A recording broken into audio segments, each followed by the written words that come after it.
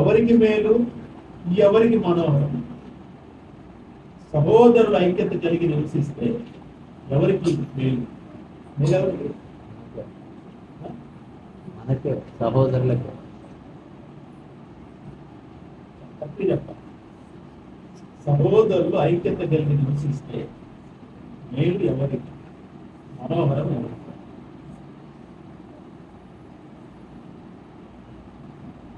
సంఘానికి.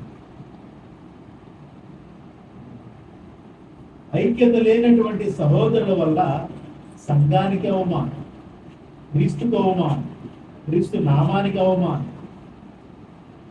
మనోహరం ఎవరికి?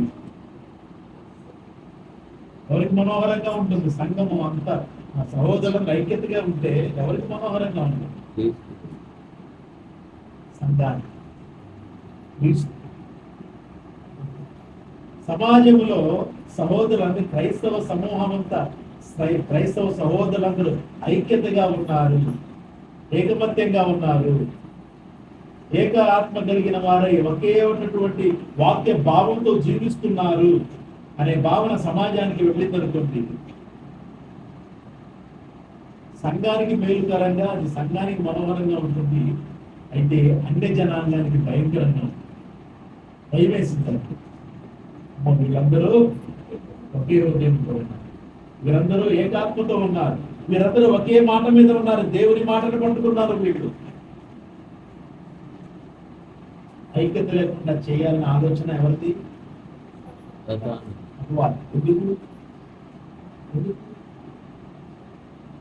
అభివృద్ధి. క్రైస్తవులు లోకాన్ని తలకిందులు తీసుకున్నారు. క్రైస్తవులు ఎవరు? తలకిందులు చేసేవారు భూమిని. భూమంతటిని, లోకమంతటిని ఏం చేశారు? వాళ్ళు తలకిందులు చేశారు. తలకిందులు అంటే ఎవరైనా తలకిందులు పెడితే, ఒక వ్యక్తిని తలకిందులు చేస్తే ఎలా ఉంటుంది పరిస్థితి? ఆ వ్యక్తికి ఎలా ఉంటుంది? తలకిందులు చేసాం ఆ పిల్లోడిని, వాడు ఎంతసేపు ఉంటాడు కదా? వాడి బాధ మనకి అందుతుందా? మనం సరదాగా తలకిందులు చేస్తాం, అందుకని సరదాగా వాటి బాధ ఉంటుంది. అందుకని తలకిందులుగా ఉండటం వల్ల మనం కూడా అనుభవిస్తాం కొంత. బ్లడ్స్ లోపల జరిగే రక్త ప్రసరణ రకరకాలుగా మామూలు రక్త ప్రసరణకి తలకిందులు చేయబడిన తర్వాత రక్త ప్రసరణకి తేడా ఉంటుంది. దానివల్ల తలనొప్పి వస్తుంది, కళ్ళు నొప్పులు వస్తాయి, అవంతా పట్టేసినట్టుగా ఉంటుంది. కానీ ఆసనాలు కాబట్టి, అంటే అలా ఒకసారి ఉండటం వల్ల ఏం జరిగిందంటే రక్త ప్రసరణ అనేది చాలా సులువుగా, సజావుగా సాగింది. ప్లస్ లోపల ఏమైనా పెరిగిపోయినటువంటిగా ఏమైనా టాక్సిన్స్ ఏమైనా ఉంటే అవన్నీ కూడా ఒకేసారి ఏమైందంటే కరిగిపోయి లోపల మంచిగా రక్త ప్రసరణ మంచిగా జరిగిపోయిన అవకాశం ఉంది. అందుకనే ఆసనాల్లో వరకు బాగా ఉంది. ఇక్కడ లోకాన్ని, భూమిని తలకిందులు చేశారు. ఎలా తలకిందులు అయ్యారు? ఎలా తలకిందులు చేశారు వాళ్ళు? వాళ్ళ యొక్క వాక్య బోధన, దేవుడు వాళ్ళ ద్వారా చేసే ఆశ్చర్య కార్యాలు. మరి ఈరోజు ఏంటి? ఎవరికి వారే మునాతి, ఊరికే రాలేదు ఆ సామెత. ఎవరికి వారే ఎందుకన్నారు ఆ మాట?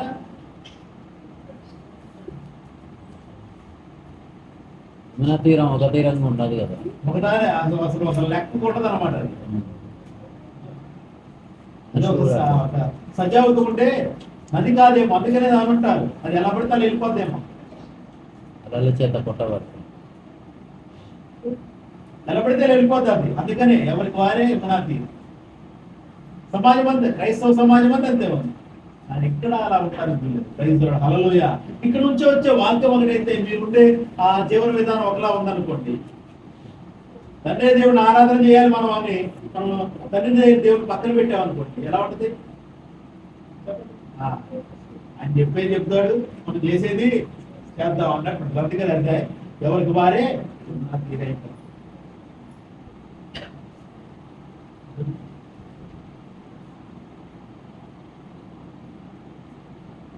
సహోదరుల ఐక్యత కలిగి ఉండటం ఎంత మేలు, ఎంత మనోహరము. సంఘానికి, క్రైస్తవ సమాజానికి ఎంత మేలు, ఎంత మనోహరం. లోకానికి అలా ఉండటం వలన భయపడేవాడు ఏం చేశాడంటే, సత్యవాది గారు వీళ్ళందరూ ఏకాత్మతో ఉంటే ప్రజలందరూ కూడా మారిపోతారు. అందుకని ఏకాత్మ ఏకహృదయం లేకుండా సంఘములో గలిబిలి చేయడం ప్రారంభించాడు. అందుకనే ఉన్న వాక్యాన్ని మనం మర్చిపోయాం. లేనటువంటి బోధ ఈరోజు సమాజంలో, క్రైస్తవ సమాజంలో ఎక్కువగా వెళ్ళిపోతా ఉంది. పెద్ద పెద్ద సోకాల్డ్ సేవకులు కూడా లేనటువంటి దాన్నే ప్రచారం చేయడం వల్ల ఏమైపోయింది చెప్పండి. ఉన్నదొన్నట్టు చెప్పే వాళ్ళ యొక్క పరిస్థితి అగమ్యగోచరమే. ఇండియాలో తిరిగి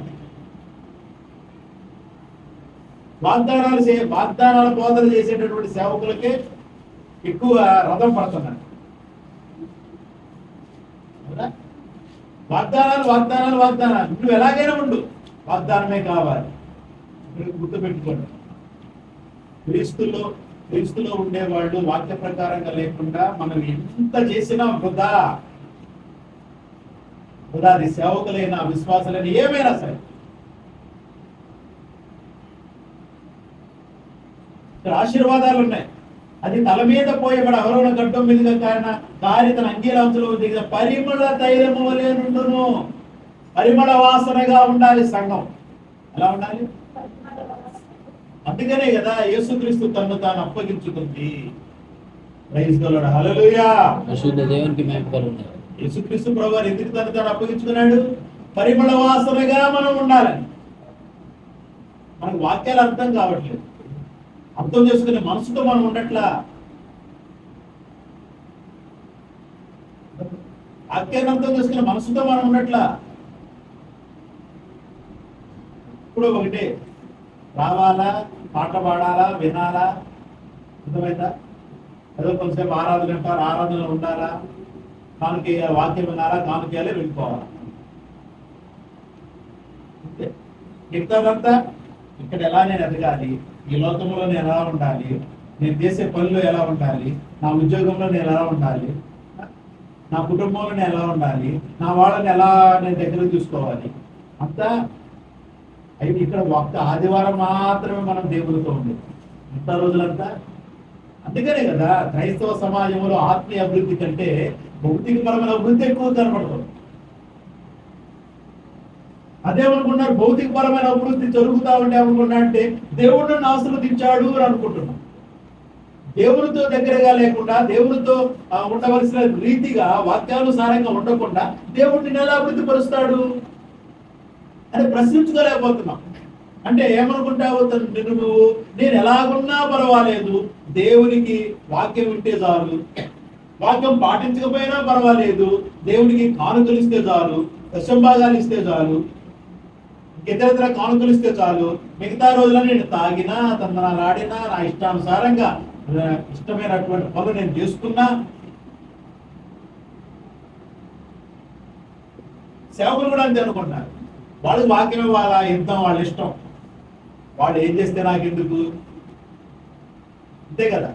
వాళ్ళు ఏం చేస్తే నాకెందుకు, వాళ్ళు ఎక్కడికి వెళ్తే నాకెందుకు, వాళ్ళు ఏమైపోతే నాకెందుకు, వాళ్ళు ఎలా బ్రతికితే నాకెందుకు, వాడు ఇచ్చే కానుకలు నాకు వస్తూనే రావట్లేదా, వాళ్ళు సమాజం అంతా కనపడుతున్నారు లేదా, వచ్చే వాళ్ళందరూ వస్తున్నారు లేదా, వాళ్ళు ఎవరైనా కనపడలేదు అనుకో, ఫోన్ చేద్దాం, అడుగుదాం, ఎందుకు పరాలేదమ్మా అని అడుగుదాం. ఏదో కారణం చెప్తారు, మానమాకండి, మా ఆదివారం కంపల్సరీ రండి అమ్మా, లేదా మిగతా రోజులు రాకపోయినా పర్వాలేదు. నిజం కదా, ఏ సేవకుడు అండి చేయకూడదమ్మా అని మనం చెప్తాం. ఇంకోటి చెప్పరు కాబట్టి పర్వాలేదు, రెండు పనుల మీద సజావుగా వెళ్ళిపోతాం. అమ్మాయి తప్పులు చేయకూడదు మనం చెప్తాం. ఇంకో సేవకుడికి చెప్పడు కాబట్టి సజావుగా రెండు పడవల మీద కాళ్ళు వేసుకుంటా వెళ్ళిపోతాం. మనమేం సంపాదించిన, ఎలా సంపాదించిన అడిగేవాళ్ళు లేరు కాబట్టి వెళ్ళిపోతాం, రెండు పడవల మీద కాళ్ళు వేసుకుంటూ వెళ్ళిపోతాం. ఇక్కడ అద్భుతమైనటువంటి ఆశ, పరిమళ తైలము. పరిమళ తైలం అంటే, పరిమళ తైలం వాడుతున్నారా చెప్పండి, వాడుతున్నారా వాడట్లేదా? వాడుతున్నారా? దేనికి? Body spray. బాడీ స్ప్రే కదా, బాడీ స్ప్రే. అలాగే బట్టలు కూడా ఒకప్పుడు మా చిన్నతనంలో సెంట్ బాటిల్స్ తింటుంది ఇప్పుడు కూడా ఇప్పుడు ఉన్నాయేమో. ఇంతకుముందు ఎళ్ళ ముందుకు అమ్మేవాళ్ళు వచ్చి అవి చిన్న బాటిల్ ఒకటి బట్టలు వేస్తే బట్టలు మొత్తం సువాసన వచ్చి ఇక తీసి ఏవిగా వేసుకోగానే ఇక బయటికి వెళ్తాడు పరిమళ వాసన. లోపల ఎలాగే ఉండి బయట మాత్రం పరిమళ వాసన. నువ్వు ఎన్ని రోజులు స్నానం చేయకపోయినా షర్ట్ వేసుకుంటే పరిమళ వాసన. పరిమళ తైలం అంటే సెట్ అన్నమాట. ఇక్కడ చూడండి, అది అహరోను గడ్డము మీదుగా కారి అతని అంగీల అంచు వరకు తెగిజారిన పరిమళ తైలం వలె క్రైస్తవుని యొక్క విశ్వాసి పరిశుద్ధాత్మతో నింపబడితే ఇలాంటి సువాసనతో కూడిన తైలంతో అభిషేకించబడతారు. క్రైస్తవుడు హల్లెలూయా. అంటే ప్రతి సంఘము అంటే సంఘములో ఉన్న బిడ్డలందరూ సహోదరులందరూ కూడా ఐకమత్యము కలిగి జీవించడం దేనికి సూచన అంటే పరిమళ తైలంతో అభిషేకించబడిన దానికి సూచన. అభిషేకముతో అంటే దేవుని యొక్క ఆత్మాభిషేకముతో అభిషేకించబడిన వాళ్ళే ఐక్యత కలిగి ఉండగలుగుతారు. ఎవరికి వాళ్ళుగా నేను పరిశుద్ధాత్మ నింపబడ్డా అని చెప్పి నువ్వు సంఘంలో ఎంత ఎగిరినా, సమాజంలో ఎంత ఎగిరినా, దేవుని వాక్యానుసారంగా నువ్వు లేకపోతే మాత్రము అది సరైనటువంటి వాళ్ళకి మనం ఇచ్చేటట్టు సరైన సూచన కాదు. నిజంగా అపవాది ఎక్కడ చేయకపోతున్నాడు తెలుసా? ఇప్పుడు ఒకరి మీద ఒకరు మాట్లాడుకుంటున్నారు. సేవకులు, విశ్వాసులు. ఒక ఆయన స్టేజ్ ఎక్కి ఎలాగో మాట్లాడతాడు, నేను అందరిలాంటి కాబట్టి, నాకు వయసు ఉంది కాబట్టి అంటారు.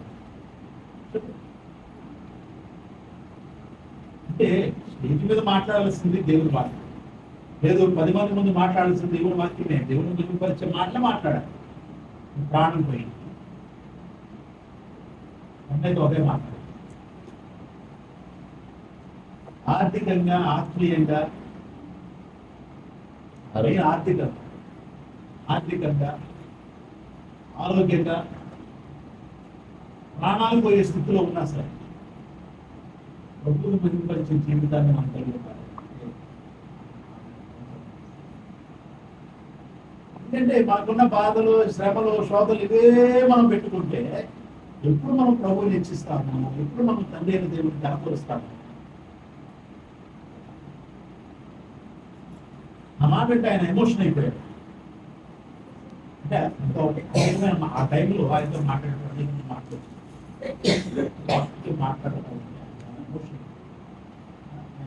తమ్ముడు నువ్వు దూరం అయిపోయావు నాకు, కనీసం మీలాంటి వాడు ఒకసారి చర్చి కావాలి అని. అంటే ఆయన వాళ్ళ చర్చికి వచ్చి కొన్ని మాట్లాడడం కావాలి. కొద్ది రోజులు కొబ్బరి పట్టింది ఇంకా పరిస్థితులు బట్టి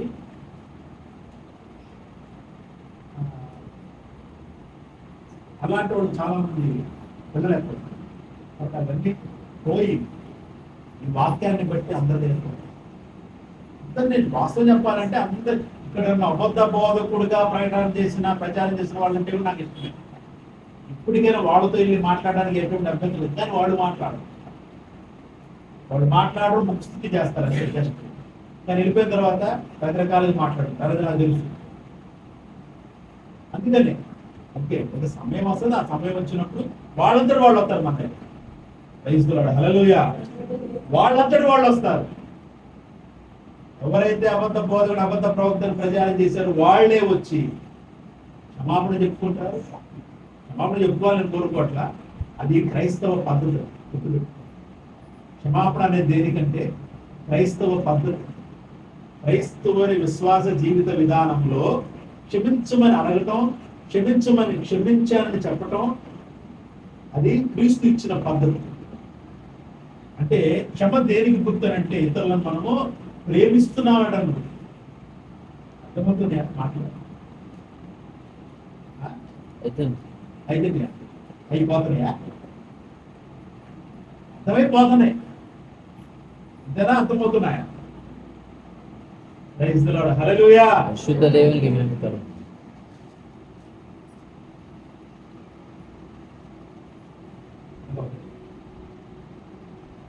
ఐక్యత కలిగి వాక్యానుసారంగా ఉంటే నువ్వు సంఘము ఆత్మలు బలంగా ఉంటాయి. ఒకటే దృష్టి, ఒకే దృష్టి. ఇప్పుడు సేవకాలు అంటున్నారు, ఎప్పుడు క్షమిస్తాను ఉంటున్నా, అంతేనా? నేను క్షమించాను కానీ వాడు అన్నదాన్ని మనము ఖండించాల్సింది. ఖండిస్తాం, ఉపయోగం ఏంటి? ఉపయోగం ఏంటి? క్షమించు. అందుకనే పేతురు ఊరికే అడగల, నా సహోదరుడిని ఎప్పుడు క్షమించాలా నేను అంటాడు. అవునా? ఎన్నేళ్ళు క్షమించాలి? నేను ఎంతకాలం క్షమించాలి? 70 ఏళ్ళు క్షమించు. ఎన్నేళ్ళంట? ఎందుకన్నాడు ఆ మాట ప్రభువు? జీవితాంతం 70 ఏళ్ళు. అధిక బలం అంటే 80. అంటే నువ్వు 70 ఏళ్ళు ఉంటావో లేదో తెలియదు, కనీసం బ్రతికినంత వరకనే క్షమించాలి వాడు, అంతేనా కదా? బ్రతికినంత వరకైనా క్షమించాలి. ప్రేమ మనమేం పెట్టలేము. ప్రేమగా మాట పలకరించే చాలు. ఐక్యత, విశ్వాసం, జాగ్రత్త. అంత్య దినాల్లో ఉన్నాం, అపాయకర రోజుల్లో ఉన్నాం. ఇంకోటి సంఘం ఎలా ఎప్పటి నుంచి అయిపోయిందో కూడా మనం జ్ఞాపకం చేసుకోవాలి. బైబిల్ తయారైన దగ్గర నుంచి సంఘము ఎవరికి వాడేది. వాక్యం బయటకు వచ్చిన దగ్గర నుంచి అంతకుముందు ఒకటే రోమన్ క్యాథలిక్ మాత్రం ఉండేది. రోమన్ క్యాథలిక్ నుంచి లూథరన్లు వచ్చారు, లూథరన్ గారు వచ్చారు. ఆయన నీతిమంతుడు విశ్వాసం జీవితం తీసుకొని వచ్చాడు. అది ఆయన బైబిల్ని జర్మనీ భాషలోకి తర్జుమా చేసి దాన్ని పెట్టేసి అందరూ వచ్చిన తర్వాత అందులో నుంచి ఇంకోళ్ళు వచ్చారు. కాదు మనము ఇలా ఉండాలి, కేవలం విశ్వాసం మాత్రమే కాదు అని చెప్పి మనం నీతిమంతులుగా ఉండాలంటే పనులు చేయాలి అని ఆ రోజున జరిగిన భయంకరమైన పరిస్థితులు. అంతా బాగానే ఉంది, వాక్యం పట్టుకొని వస్తున్నారు కానీ అన్నుల్ని కొట్టడం ఆ ప్రాంతాలు, అమెరికా ఏరియా, ఆ ప్రాంతాల్లో అడవి జాతి ప్రజలను కొట్టడం, అడవి జాతి ప్రజలను చంపడం క్రైస్తవులుగా ఉన్నట్టు భయంకరంగా హింసించి వాళ్ళందరినీ మతం మార్చాలని ఆలోచన చేశారు. వాళ్ళకేం అర్థం కాదు, ఆ భాష వాళ్ళకి అర్థం కాదు, ఈ భాష వాళ్ళకి అర్థం కాదు. అలాగా ఈ యొక్క ఐక్యమత్యం అనేది ఏమైపోయిందంటే, ఐక్యమత్యం లేని సంఘం స్ప్రెడ్ అయింది. క్రీస్తు స్ప్రెడ్ అయ్యాడు, సువార్త వచ్చింది, ఓకే. ఏది రోతం చేతనైనా యేసు క్రీస్తుని గుర్తు సువార్త అయితే వచ్చింది. అందులో నీతిమంతులుగా ఉండేవాళ్ళు నీతిమంతులుగా ఉన్నారు, ఇష్టానుసారంగా జీవించారు, ఇష్టానుసారంగా జీవించారు. తర్వాత చివరికి ఈ రోజు ఎలాంటి స్థితికి వచ్చిందని అంటే, పూర్తిగా, అందుకనే పరణ గ్రంథంలో అన్నమాట లవోదీక సంఘం అన్నాడు. ప్రపంచవ్యాప్తంగా ఉన్న క్రైస్తవులు ఈ రోజు ఎలా ఉన్నారు? లవోదీక సంఘం లాగా ఉన్నారు. పులివెచ్చగా, వెచ్చగా లేరు, చల్లగా లేరు, పులివెచ్చగా. ఇప్పుడు మనం చదివినటువంటి మాట దానికి సూచనగా మనకు కాదు.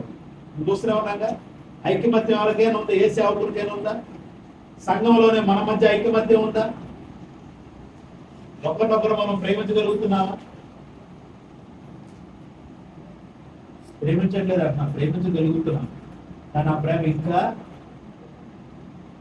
అభివృద్ధి పొందాలి, అభివృద్ధి పొందాలి.